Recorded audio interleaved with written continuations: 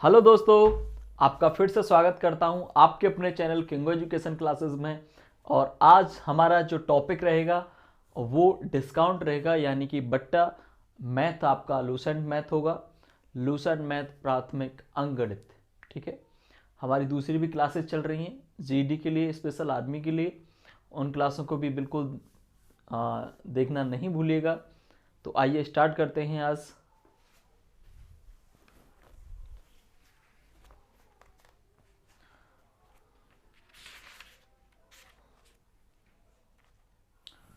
अच्छा, इसको स्टार्ट करने से पहले कुछ बातें हम कर लेते हैं, कुछ आपको बेस समझा दूं इस चैप्टर को स्टार्ट करने से पहले। ठीक है, देखिए, सबसे पहले आपको भिन्न से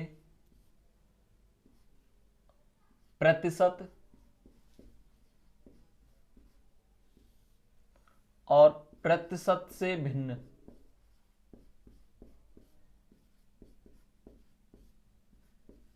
भिन्न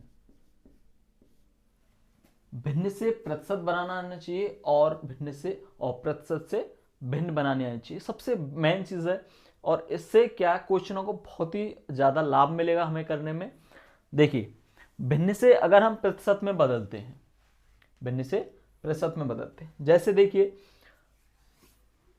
भिन्न से परसेंटेज में कैसे बदलेंगे, ऐसे बदलेंगे 5 बटा हमारा लिखा हुआ है 4, इसको परसेंटेज में चेंज करना है। तो परसेंटेज में चेंज करने के लिए हम क्या करना पड़ेगा, 100 का मल्टीप्लाई करना पड़ेगा। ठीक है, क्योंकि प्रतिशत का चिन्ह क्या होता है, ये वाला। ठीक है, तो हमें 2 जीरो का गुणा करना पड़ेगा। 4 से इसे काटेंगे, 25 बार गया, और 25 पंजे 125, यानी 125% ये बदल गया। ठीक है, जैसे अगर कोई भिन्न होती 1/2, 1/2, तो इसको बदलेंगे तो इंटू 100 इज इक्वल टू 2 से इसे काटेंगे, 50 टाइम कट जाएगा, यानी 50%, यानी कि 50%। समझ रहे बात को? सिर्फ आपको रिवीजन करा रहा हूं कि भिन्न से परसेंटेज कैसे में बदलते। यदि हमें फ्रैक्शन दी हुई है, फ्रैक्शन दी हुई है हमें जैसे 20%, और इसको हमें किस में चेंज करना है, फ्रैक्शन में चेंज करना है। तो हमें क्या करना होगा, 20, और इस परसेंटेज के चिन्ह को हटाने के लिए हमें 100 का भाग देना पड़ेगा। 20 5 100, 1/5, 1/5। हमें क्या करना होगा, 100 का भाग करना पड़ेगा परसेंटेज से भिन्न बनाने के लिए, और भिन्न से परसेंटेज बनाने के लिए 100 का गुणा करना पड़ेगा। बस छोटी सी बात थी। अब देखो, इसको हम क्वेश्चनों में कैसे अप्लाई करेंगे, ये बात देखिए। क्वेश्चनों में कैसे अप्लाई करेंगे,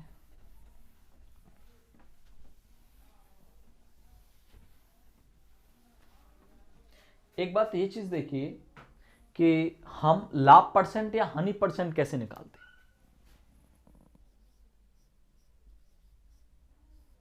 लाभ परसेंट,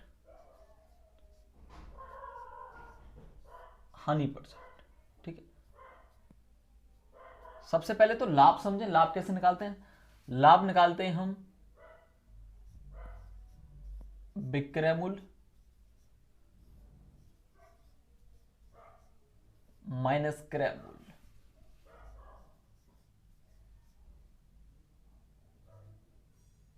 ठीक है, विक्रय मूल्य में से क्रय मूल्य घटा दो। विक्रय मूल्य यानी कि आप कोई चीज 10 की लेके आए और आपने उसको 15 की बेच दिया, तो 10 की खरीद के लाए वो तो क्रय हुआ, और 15 की बेची वो विक्रय हुआ।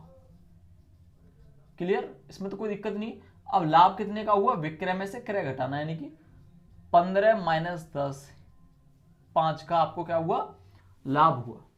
ठीक है, तो लाभ परसेंट क्या होता है, तो इसका मतलब तो मैं लाभ लिख सकता हूं, लाभ, लाभ बटे क्रय मूल्य,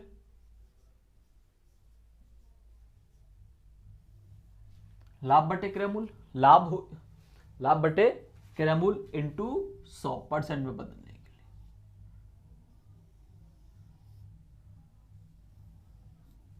लाभ अपॉन क्रय मूल्य इंटू 100, ये क्या होता है, लाभ होता है। और हानि परसेंट निकालेंगे तो क्या होगा, हानि क्रय मूल्य हमेशा नीचे ही रहेगा इंटू 100। ठीक है, अब देखो मैं कोई चीज लिखता हूं, हानि परसेंट लिखता हूं, हानि परसेंट यानी 20% की हानि होती है, तो हानि परसेंट है। ठीक है, अब देखो क्वेश्चन में कैसे अप्लाई करूंगा मैं इसको, इस बात को समझिए। 20% हानि परसेंट दे रखी है, अब हानि होती क्या है, हानि होती क्या है, यानी कि हानि अपॉन क्रय मूल्य इंटू 100। ठीक है, अगर मैं इसे भिन्न में बदल दूं, इसे भिन्न में बदल दूं, क्या बदल जाएगी, 20/100 हो जाएगा। ठीक है, जब आप बराबर से इधर 100 का 100 का भाग दे रहे हैं, तो आपको इधर भी 100 का भाग देना पड़ेगा, सीधी सी बात है। इस चीज को बार बार नहीं करेंगे, सिर्फ बेस मजबूत बनाने के लिए हम इस बात पर काम कर रहे हैं। देखो 100 से इधर भाग दे रहे हैं, तो इधर भी देना पड़ेगा, 100 से 100 कैंसिल आउट, और 20 से 100 1/5, यानी कि 1/5 इज इक्वल टू हानि बटा क्रय मूल्य। बात क्लियर हुई, 1/5 इज इक्वल टू हानि अपॉन क्रय मूल्य। क्या मैं 1 को हानि और 5 को क्रय मूल्य नहीं कह सकता, मैं इधर से नहीं लिख सकता क्या, हानि जो थी मेरी 1 थी और क्रय मूल्य मेरा क्या था, 5 था। अगर यही लाभ होता, लाभ परसेंट होता, तो क्या फिर ऊपर लाभ आता, लाभ बटे क्रय मूल्य 100 से 100 कट जाता, तो मैं कह देता अगर ये लाभ परसेंट होता कि लाभ 1 का है और क्रय मूल्य कितना है, क्रय मूल्य इधर 5 रहता। बात समझे कि जब हम कभी क्वेश्चन करेंगे आगे, तो हम फ्रैक्स जो हमारा परसेंटेज दिया होगा, हानि परसेंटेज या लाभ परसेंटेज, उसकी हम फ्रैक्शन बनाएंगे डायरेक्ट, और ऊपर वाली चीज हमेशा अगर लाभ परसेंट है तो लाभ होगी, और नीचे वाली हमेशा क्रय मूल्य होगी, ऑलवेज। क्लियर है ये बात आपके में। अच्छा, यहां से विक्रय मूल्य क्या होगा, इधर विक्रय मूल्य क्या होगा,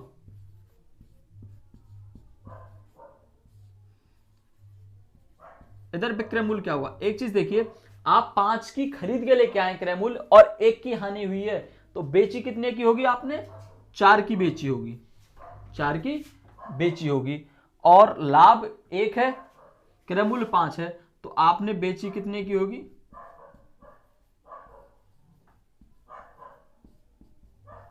6 रुपए की बेची होगी।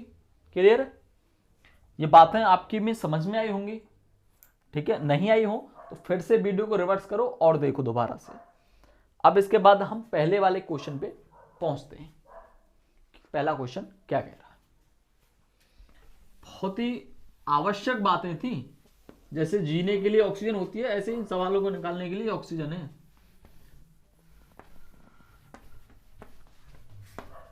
आ जाओ,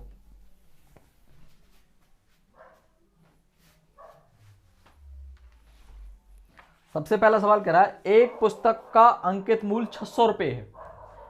अंकित मूल्य समझिए क्या है, एमआरपी पढ़ा है आपने किसी वस्तु पे, एमआरपी को ही अंकित प्राइस बोलते हैं, एमआरपी को ही अंकित प्राइस यानी अंकित मूल्य बोलते हैं। जो प्राइस, जो मूल्य उस वस्तु पर अंकित होता है, लिखा हुआ होता है, वो क्या होता है, अंकित मूल्य। ठीक है, इसमें दिया है कि अंकित मूल्य 600 रुपए है, 600 रुपए। ठीक, वो 12.5% के बट्टे पर बेची जाती है, तो पुस्तक का विक्रय मूल्य निकालिए। 12.5% बट्टा, बट्टा क्या है, बट्टा, बट्टा को हम ऐसे बिहेव करके चलेंगे इधर, बट्टा जो है वो एक हानि है, बट्टा क्या है, एक हानि है। जैसे देखिए एमआरपी है, तो एमआरपी पे कुछ ना कुछ उसे हानि होगी, यानी बट्टा होगा, तब उसको वो बेचेगा। लाभ तो जब भी हो रहा है उसे, क्योंकि क्या किया,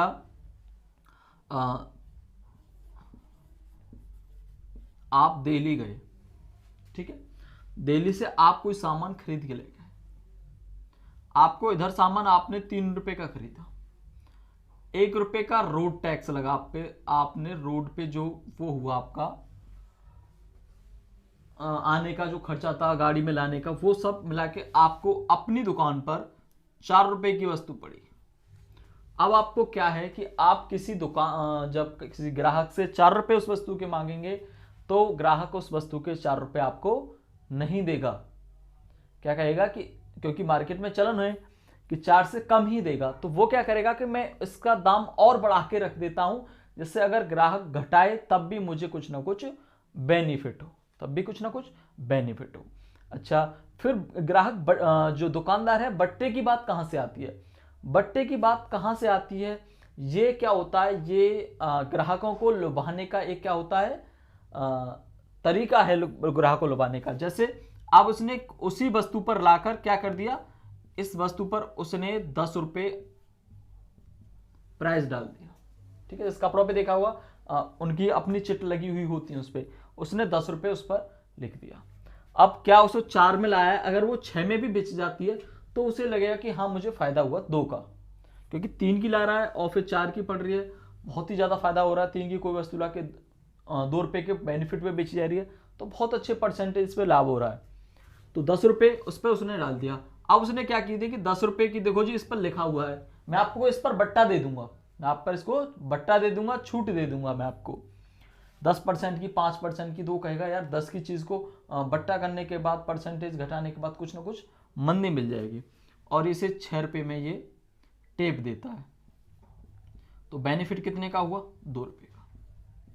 ये 2 रुपए आपको नहीं पता चलेगा उसे कितने का बेनिफिट हुआ, बस आपको तो ये बट्टा दिखेगा कि 10 रुपए से मैं इसको 6 रुपए की ले आया, 4 रुपए का मैं फायदा करके ले आया, ठीक है। तो इसको हम कैसे बिहेव करके चलते हैं बट्टे को, कि जो 10 रुपए है वो क्रय मूल्य है, ये विक्रय मूल्य है, और बट्टा एक हानि है, ये मान के हम चलेंगे, ठीक है। देखो जो 600 रुपए था, तो जब बट्टा दिया तो उसने हानि की है। 600 रुपए उस वस्तु पर लिखा हुआ था 12.5% का, 12.5% का उसने बट्टा दिया, छूट दी, ठीक है। 12.5% को फ्रैक्शन में बदलो, कितना होगा? 1/8। देखो कितने तरीके से करूंगा मैं इस सवाल को। फर्स्ट टाइप है कि 1/8। अब देखो छूट का मतलब क्या था कि 8 रुपया उस पर लिखा हुआ था, अंकित था,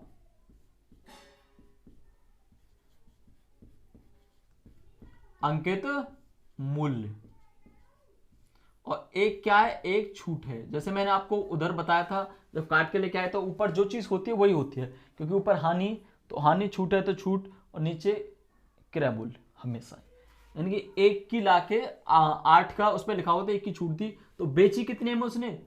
7 रुपए में, ठीक है। 8 की लाया, 1 की छूट थी तो 7 में बेची, ठीक है। देखो 8 जो उस पर लिखा हुआ था, यानी कि 8 नहीं लिखा हुआ था, 8 किसके बराबर है? 600 के। 8 किसके बराबर है? 600 के। तो 7 विक्रय मूल्य, तो 7 कितने के बराबर होगा?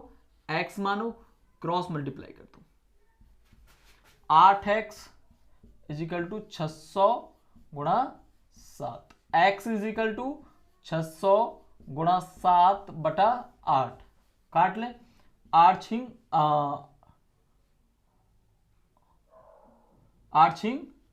48 और 8 सत्ते 56,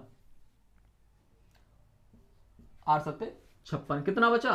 4, कितना बचा? 4, 40 हो गया, 8 पंजे 40, कितना हो गया? 75 गुणा 7, 7 पन्ना 35, बचा 3, 7 सत्ते 49 और 3 52। वो वस्तु 525 रुपए में बेची गई। सेकेंड टाइप देखिए, सेकेंड टाइप आपने देखा होगा कि देखो 650 रुपए, 600 रुपए की वो वस्तु थी, 12.5% की छूट दी गई, यानी कि 12 दूनी 24 और 1 25/2% की छूट दी गई, 25/2% की छूट दी गई। यानी कि अगर मैं 600 पर 25.5% निकाल दूं, 12.5% निकाल दूं, तो मुझे पता चल जाएगा कि कितनी छूट मिली है। 600 का 12.5% अगर मैं निकाल दूं, ठीक है, तो मुझे पता चल जाएगा कितनी छूट मिली है। तो देखो 2 जीरो से 2 जीरो, 2 से 3 बार और 25 75, यानी 75 रुपए की छूट हमने दे दी। जब 75 की छूट दे दी, 600 का माल, तो बचा कितने का? 525 रुपए का। बचा कितने का? 525 रुपए का। क्लियर? कोई दिक्कत आपको? दिक्कत आपको होनी नहीं चाहिए। मैं इतने तरीके आपको इसलिए बता रहा हूं जिससे आपका माइंड और ज्यादा डेवलप हो। ठीक है। तीसरा तरीका आप इसे कैसे कर सकते हैं, देखो 600 रुपए है क्रय मूल्य। अच्छा, आपको एक चीज पता है कि हम किसी चीज का परसेंटेज निकालते हैं, 600 का 12.5% निकाला, तो वो निकालना पहले क्यों जरूरी था? क्योंकि हम छूट देख रहे थे, हमें छूट कितने की मिल रही है। जैसे हम 100 का 10% निकालने लग जाए तो कैसे निकालते हैं? 100 का 10% बटे 100। 100 क्यों लिखा है? क्योंकि इधर परसेंट लिखा हुआ था, तो परसेंट को हटाने के लिए 100 का भाग, 100 से 100 काटा, 100 का 10% कितना होगा? 10। ठीक है, इसलिए हमने इसको किया था। अच्छा, एक बात बताइए, 600 का 12.5% हम निकाल रहे हैं, ठीक है, या एक बात आप बता सकते हैं कि 100 का हम 10% निकाल रहे हैं, ठीक है, या हम 100 पर 10% की छूट दे रहे हैं, तो इसका मतलब 10 रुपए की छूट दे रहे हैं, तो हमारे पास बच कितना रहा है? 10% की आप छूट दे रहे हैं किसी को, तो आप अपने पास 90% रख रहे हैं। आप किसी को 10% की छूट दे रहे हैं तो 90% अपने पास रख रहे हैं टोटल का। क्लियर है ना? 10% की छूट दे रहे हैं तो 90% अपने पास है। देखो ये 12.5% की छूट दे रहे हैं, तो बाकी एक्स्ट्रा अपने पास है, बाकी एक्स्ट्रा अपने पास है। तो हम इसको ऐसे भी कर सकते हैं कि 600 गुणा, अब डायरेक्ट आंसर आ जाएगा हमारा। इसमें पहले हमने घटाना पड़ा, छूट निकाल के इसमें से 600 में से अब देखो 12.5% जाएंगे तो 88, वो 87.5% बचा। तो 600 का 87.5% अगर मैं निकाल दूं, या बटा 5, 87 बटा, या 1/2 निकल लेता हूं, चलो कोई नहीं, 5 ही रहने दो, गुणा कर ही लेंगे फिर भी। अच्छा, अपॉन 100 परसेंटेज के लिए 100 से 2 जीरो कैंसिल आउट, 6 से इसमें मल्टीप्लाई करते हैं, 6 5 30, बचा 3, 6 7 42 और 3 45, बचा 4, 6 8 48 और 4 52, एक 10 छोड़कर दशमलव है तो एक छोड़ के दशमलव लगा दी, 525 रुपए में वस्तु बेची जाएगी। क्लियर? चलो एक और टाइप देखते हैं, एक और तरीके से। एक चीज देखिए, जो 600 रुपए है, 650 रुपए तो है अपने आप में एक चीज, उसमें 12.5% की छूट दी, 12.5% की छूट दी। क्लियर? क्या मैं तो बचा कितना? 87.5% बच रहा है ना? ठीक है, जो 600 है, क्या ये 100% के बराबर है? जो 600 है वो 100% के बराबर है ना? आप कोई सामान 500 रुपए में खरीद के लेके आए, मार्केट गए, अपने आप पे घटा के चलना कि मार्केट गए 500 रुपए का सामान खरीद के लेके आए, उसमें से आपने 10% फेंक दिया। केले लेके आए, आपने उसमें से 10% फेंक दिया, तो आपके पास बचा कितना? 90%। आपने फेंका कितना? 10%। क्लियर? यानी कि जब आपके पास टोटल था, यानी फेंक दिया 10%, बचा 90%, तो आपके पास टोटल कितना था? 100%। आपके पास कितना था? 100%। यानी कि 500 कितने के बराबर थे? 100% के बराबर थे। यानी कि जो 600 हैं वो 100% के बराबर है। अब 12.5% की इसने छूट दे दी, तो हमें बताना है कि 87.5% कितने के बराबर होगा। क्लियर है ना?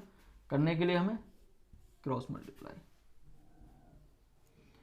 600 गुणा 87.5 और x गुणा 100 इज इक्वल टू 100 गुणा x। तो x इज इक्वल टू क्या आ जाएगा 600 गुणा 87.5 बटा 100।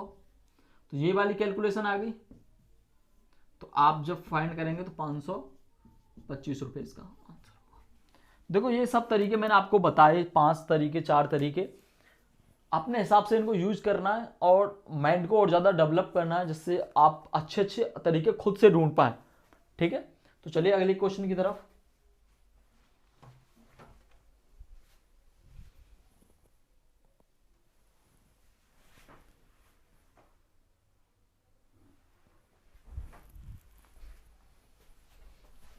एक क्वेश्चन में काफी टाइम चला गया, मैंने देखा कि वीडियो बन रही है नहीं बन रही है। चलो फटाफट क्वेश्चन करा देता हूं।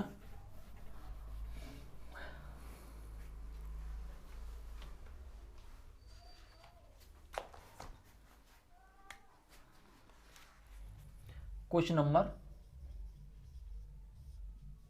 2, एक कमीज का अंकित मूल्य 120 रुपए है, उस पर जो एमआरपी है वो 120 रुपए है। क्लियर? वो 15% बट्टे पर बेची जाती है, तो बट्टे की राशि तथा क्रय मूल्य ज्ञात करना है। 15% बट्टे पर बेची जाती है, छूट 15%। ठीक है, तो कितने की छूट हुई वो बताना है और विक्रय मूल्य बताना है। तो छूट बतानी है तो इसका 15% निकाल दो, 120 का 15% बटा 100।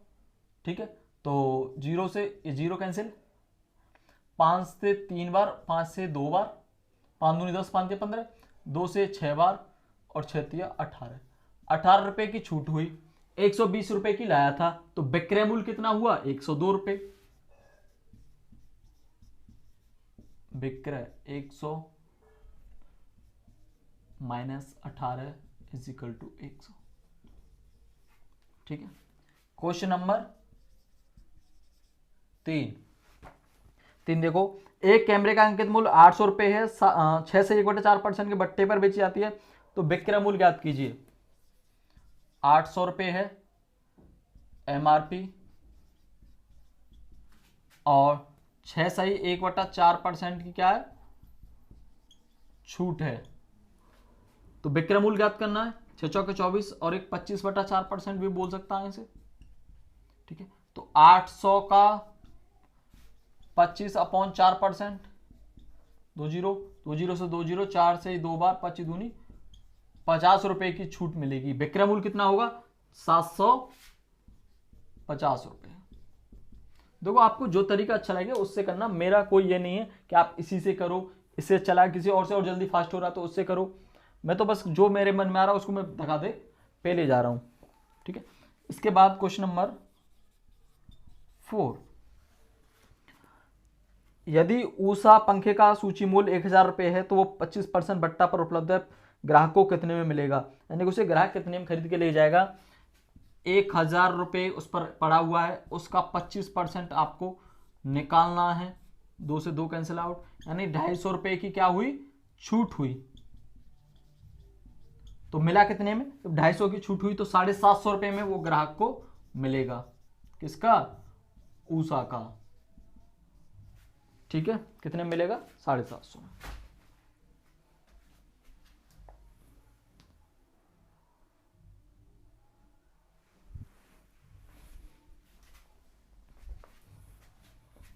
बार बार देखना पड़ता है उसमें, चल रहा है नहीं चल रहा है।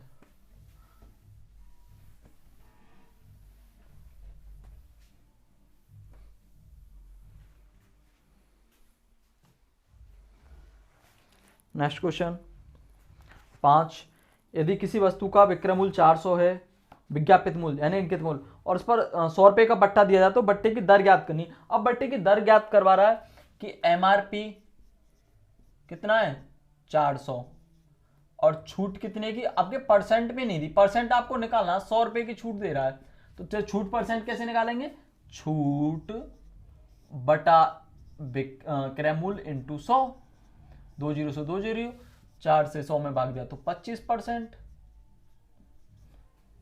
ठीक है। क्वेश्चन नंबर 6, एक साइकिल का अंकित मूल्य 2000 रुपये, वो 1800 रुपये में उपलब्ध है, तो प्रतिशत बट्टा ज्ञात कीजिए। यानी कि 2000 रुपये एमआरपी है, 1800 रुपये में उपलब्ध है, यानी 1800 रुपये क्या है, विक्रय मूल्य है।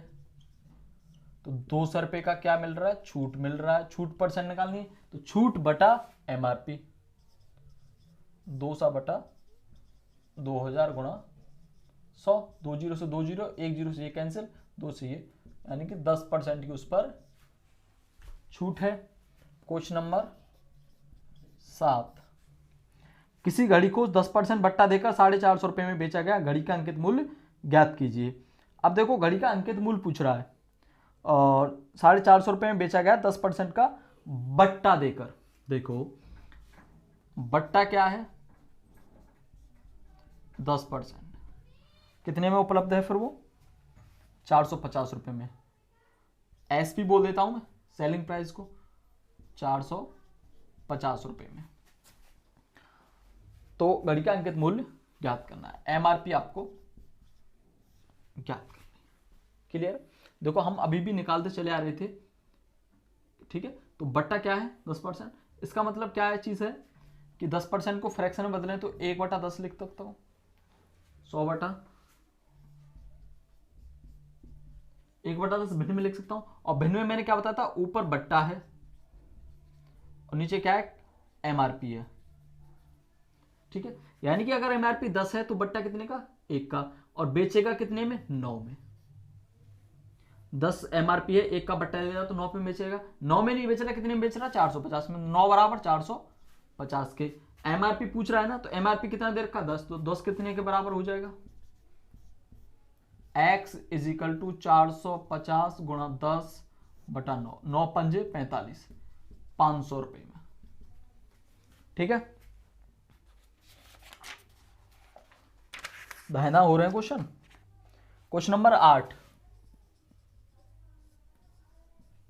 क्वेश्चन नंबर 8 कह रहा है किसी वस्तु को 15% बट्टा देने के बाद 5100 रुपये में बेचा गया तो वस्तु का अंकित मूल्य ज्ञात कीजिए। बिल्कुल सेम 7वें क्वेश्चन की तरह है कि 15% का बट्टा दिया तो 15% की पहले फ्रैक्शन बना लो,